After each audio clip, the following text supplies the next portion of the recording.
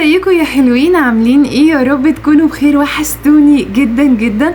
اللهم صل وسلم وزد وبارك على سيدنا محمد عليه افضل الصلاة والسلام. لو اول مرة تشوفوني انا ياسمين ودي قناتي. لو عجبكم الفيديو متنسوش تدوسوا لايك، تشتركوا في القناة لو لسه مش مشتركين، وكمان تفعلوا زر الجرس عشان يوصلكم اشعار بكل فيديوهاتي. وما تنسيش الكومنت القمر اللي هتصلي بيه على الرسول. اللهم صل وسلم وزد وبارك على سيدنا محمد عليه افضل الصلاة والسلام. يلا بقى بينا نبدأ الفيديو ونقول بسم الله. بصوا بقى يا حبايب قلبي، النهاردة الفيديو ده خاص لمتابعة قمر اسمها أمولة. متابعة عايزة اقول لكم استحملتني كتير جدا جدا عشان توصل للفيديو ده. والله يا أمولة غصب عني، ربنا اللي يعلم انا وقتي ضيق جدا قد ايه، وربنا اللي يعلم انا قعدت يومين بحاول انظم لك الميزانيه اللي انت طلبتيها مني. هي مش صعبه ولا اي حاجه، كله ببركه ورضا ربنا سبحانه وتعالى علينا، ولكن في بنود معينه انا هطلب منك ان انت تستغني عنها فتره عشان خاطر ميزانيتك تمشي بكل سهوله واريحيه. تمام. ميزانيه أمولة عباره عن 2000 جنيه، 5 افراد، 3 اطفال صغيرين. اكبر طفله عندها ربنا يخلي 7 سنين، عندها سن 3 سنين و5 سنين و7 سنين. تمام. بصوا بقى اي يعني نصيحه مني ليكم، دايما المرتب او مصروف البيت بنقسمه يا بنات لبنود، ودي حاجه كلنا متفقين عليها مش هنختلف عليها. طب ايه هي البنود دي يا ياسمين؟ اول حاجه بند اللحوم والفراخ والاسماك. تمام. يا ده يا ده يا ده. تاني حاجه الخزين. تالت حاجه الفطار والعشاء. رابع حاجه الفواكه والخضروات.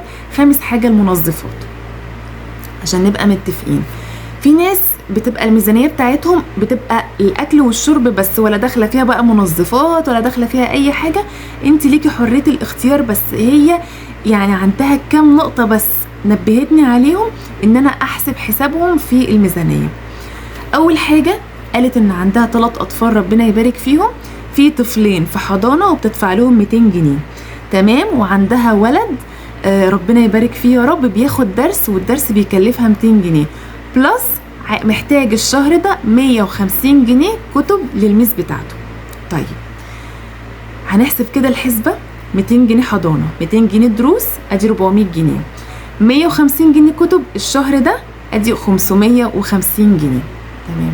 هيتفضل كام الميزانية؟ 1450 جنيه.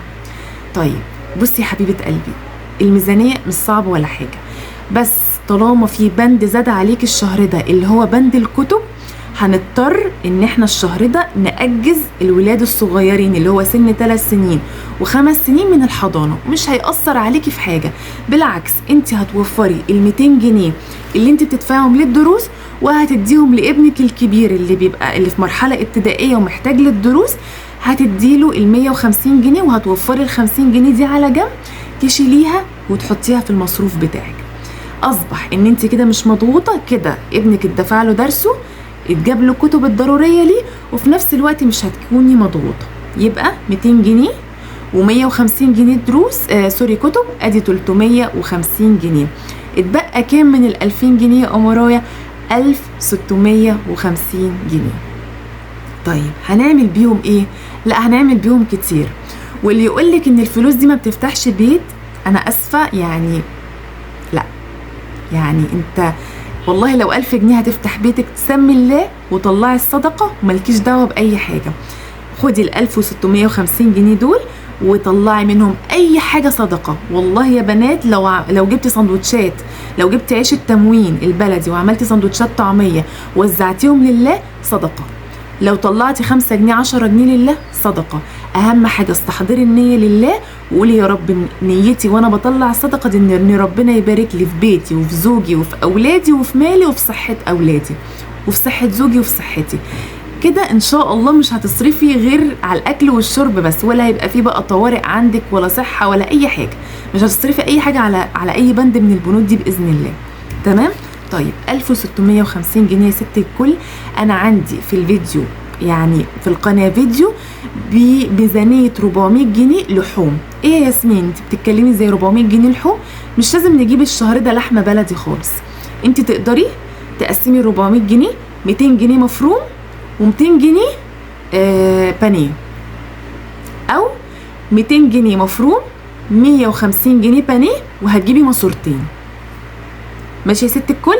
تاني 400 جنيه، 200 جنيه هنجيب بيهم مفروم، 150 جنيه هنجيب بيهم بانيه، 50 جنيه هنجيب بيهم ماسورتين. الماسوره عامله 20 جنيه، يعني كمان في 10 جنيه زياده ممكن تزوديها وتزودي في البانيه. اتفقنا يا قمرايه؟ ادي كده خلصنا من بند اللحوم. هيتبقى لك كام يا ست الكل؟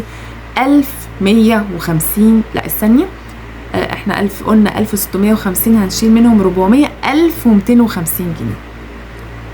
تمام؟ 1250 جنيه ده تقسميهم بقى على 4 أسابيع. خلاص؟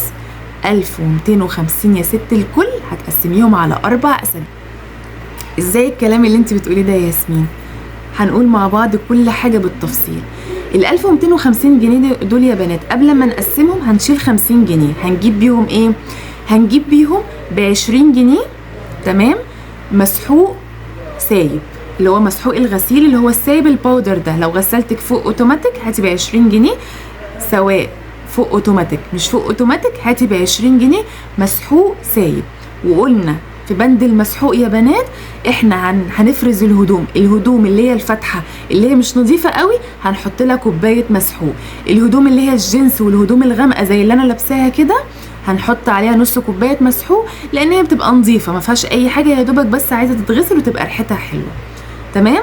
وهتجيبي ب10 جنيه او ب15 جنيه كيسين صابون. هاتي الكيس ب8 جنيه او ب7 جنيه، هاتي كيسين صابون. يبقى كده انت عندك الصابون كده 15 و20 35 جنيه، فاضل 15 جنيه. هاتيلك صابونتين، مش ضروري تجيبي الصابونه بقى الكبيره قوي دي ام 10 جنيه، لا في صابون بيبقى متوسط مش فاكره اسمه ايه يا بنات، هو سعره حوالي 7 جنيه. هاتي صابونتين ايد خليهم عندك. كده احنا خلصنا من بند المنظفات. مش هتجيبي منظفات اكتر من كده عشان نمشي الشهر بتاعنا. ماشي؟ تعالي بقى نخش على 1200 جنيه هنقسمهم على 4 أسابيع، يعني كل أسبوع 300 جنيه. سهلة خالص ما فيهاش أي حاجة. ال 300 جنيه يا ست الكل هتعملي بيهم إيه؟ أول حاجة هتجيبي في الأسبوع ب50 جنيه رز، أيا كان سعر الكيلو بتاع الرز، 22 23 25. أهم حاجة هتجيبي ب50 جنيه رز وتركنيه على جنب، وب10 جنيه شعرية أدي 60 جنيه. وتجيبي لك يا ست الكل كيلو مكرونه ب20 جنيه، 60 و20 ادي 80 جنيه. وهتجيبي لك ب25 جنيه توابل، وهتعملي الملح المبهر وتشيليه على جنب، ده هيكفيكي الشهر كله. الملح المبهر بيكفي الشهر كله يا بنات. يبقى هنا 60 زائد 20 80 زائد 25 كام يا بنات؟ 105. تمام؟ فاضل كام من ال 300 جنيه؟ فاضل حوالي ثانيه واحده 195 جنيه. شفت انا شاطره ازاي في الحساب؟ تمام. احنا كده جبنا الخزين. هتجيبي بال195 جنيه يا ست الكل هتجيبي كيلو من الزيت السايب. لو انت ما عندكيش تموين هاتيلك كيلو من الزيت السايب خليه عندك. ماشي؟ وهتجيبي بالباقي بقى حاجة البيت، هاتيلك خضار، هاتيلك عدس، هاتيلك فاكهة، اي حاجة بقى. بصي املي تلاجتك، خلي تلاجتك كده فيها البصل وفيها الثوم وفيها البطاطس وفيها الطماطم. ال195 جنيه بصوا هيملوا بيتك ان شاء الله باذن الله خير في الاسبوع. ماشي؟ هتجيبي خضار وهتجيبي فاكهه وهتجيبي بقوليات وهتجيبي كل حاجه، بس هاتي على قد الاسبوع. هاتي 2 كيلو طماطم وصلصيهم مع 2 كيلو بصل كده، واعملي كام كيس كده وحطيهم في الفريزر. هاتيلك مثلا ب15 جنيه عدس مثلا، هاتيلك اللهم صل على النبي، هاتيلك مثلا حبه فلفل على حبه مثلا بطاطس، واعملي لك صينيه بطاطس مع شعريه مع شويه كفته، ما انت جايبه لحمه مفرومه. بصي بدعي بقى معاكي فلوس تكفيكي كل اسبوع، وكل اسبوع نوعي في اصناف اكلك. يعني الاسبوع ده مثلا كلت فاصوليا وكلت مثلا باميه، الاسبوع الجاي مثلا اكل مثلا بطاطس، صينيه بطاطس، اكل مثلا جنبيها شويه عدس شويه كشري، الاسبوع اللي بعديه اعمل شويه بصاره، وهكذا. وكذلك العشاء. ودايما يا بنات خلي الفول المدشوش والفول التدميس عندك اساسي كل اسبوع. هاتيلك كل اسبوع نص كيلو فول مدشوش ونص كيلو اللهم صل على النبي فول تدميس، هيعملوا لك بصي اما ب10 جنيه اللي هو ربع كيلو بيعمل لي 4 اكياس، ما بالك بقى نص كيلو هيعمل لي بكام كيس؟ 8 اكياس. طلعي كيس الفول وكيس الطعميه، قلي كده فول مع طعميه مع بتنجانتين كده وافطري انت والولاد. ممكن كمان الفطار ندخل فيه العشاء، هاتي مثلا 5 بيضات، مثلا 5 ب5 ب25 بيضه، كسريهم، اعملي شكشوكه، اعملي عجه، نوعي. ما تحرميش نفسك من حاجه وما تقوليش مش هعرف اطلع ومش هعرف اعمل. وطلعي من 300 جنيه دي يا ست الكل كل اسبوع 20 جنيه شيليهم على جنب كل اسبوع.